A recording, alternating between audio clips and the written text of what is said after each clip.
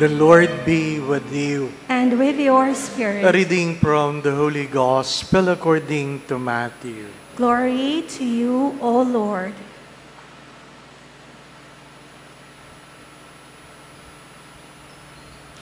When Jesus came down from the mountain, great crowds followed him, and then a leper approached him, did him homage, and said, "Lord, if you wish, you can make me clean." He stretched out his hands, touched him, and said, "I will do it. Be made clean." His leprosy was cleansed immediately. Then Jesus said to him, "See that you tell no one, but go show yourself to the priest and offer the gifts that Moses prescribed that will be fruit for them."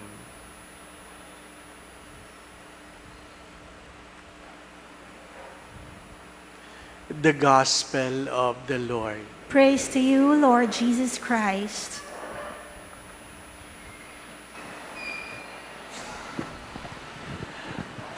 Meron tayong kasabihan, manakawan ka na, huwag ka lang masunugan.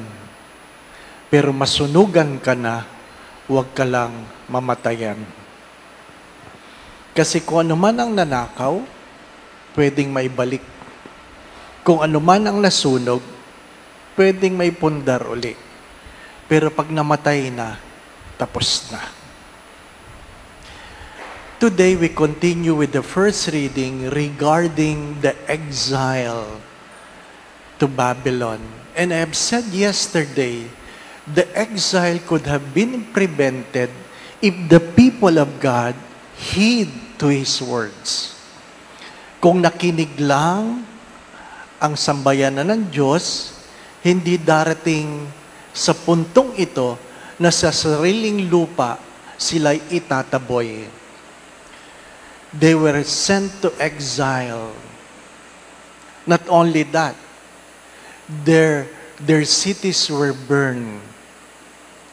It means you are on exile, and when you look back, there's nothing to return to.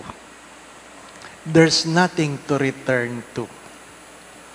My dear friends, my brothers and sisters, what is the gospel trying to tell us? It is easier for God to cleanse a leper than for a man to change his heart. Remember that. It is easier for God to heal you of your sickness than to change your heart. Why? Because what is in your heart is out of your freedom. God can never interfere the freedom of men. You can pretend. You can always pretend. You can always lie before people, but we can never hide anything from God. As I have said, who we are today are consequences of our choices before. Seldom that we ask, if I do this, what will happen to me? Seldom. Because more often, we think of what? An immediate satisfaction. Ano sabi ni Stephen Covey? If you only learn to delay your gratification, delay. Hindi naman ibig sabihin, it will not come. I-delay mo lang. It will come. It will come. But because mahilig tayo sa ora-orada, we want an immediate joy, immediate satisfaction, then we lost what is more important. We lost that what is more important. I cannot forget this. One time when a father saw his son whose hands was in the wall. In the olden times, houses were constructed with double walls. Yung mayayaman, yung kanilang dingding double wall.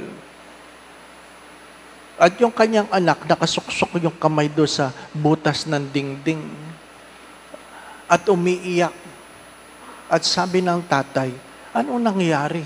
Sabi ng anak, hindi ko po malabas ang kamay ko. Sabi, paano pinasok? Pinasok ko po. Ba't hindi mo na may labas? Ayaw po lumabas eh. Nilagyan ng langis, ng sabon. Sabi nung tatay, ganito anak, ganito, para lumiit. Ano sabi ng bata? Hindi pwede. Bakit hindi pwede? Mauhulog yung holen. May nakuha palang holen sa loob. Ano sabi ng tatay? Well, anak, mamili ka. Hawak mo ang holen, diyan ka lalaki sa tabi ng dingding, o wala kang holen na malaya ka. It took time for the child to let go. But the sad story, not only little child has the problem of letting go. Many adults have the same problem. Pagka minsan, alam na nating problema, ayaw pa nating bitawan.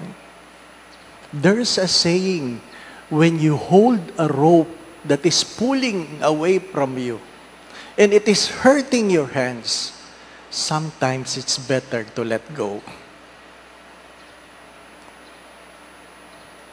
Listen, when you're holding a rope, pulling away from you, and it is hurting you already, sometimes the best thing to do is to let go. My dear friends, my brothers and sisters, keep this in mind. Malungkot man, well, hari nawa, wag kang mananakawan. Manakawan ka man, hari nawa, wag kang masusunugan. Masunugan ka man, hari nawa, wag kang mamamatayan. As I've said yesterday or 2 days ago, we do not know what will be the consequences of our actions today. We do not know. But I have said, good comes from good, evil comes from evil. Amen. I said, pride is very expensive. And perhaps you have heard the homily about it. And somebody said, but Father, not all pride are sinful. Not all pride are sinful. Deep inside me, if God said pride is sinful, no human being can say it's not. I think I have reached the point that I realize wala nang katuturang makipagtalo ngayon.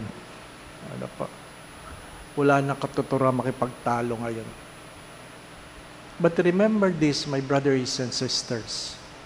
If you lose money, you lose nothing. If you lose your health, you lose something. But if you lose your character, you have lost everything. You must know what to hold on and what to let go. The Lord be with you. And with your spirit. And may Almighty God bless you and your family, the Father, the Son, and the Holy Spirit. Amen. We now go in peace to love and serve the Lord. Thanks be to God.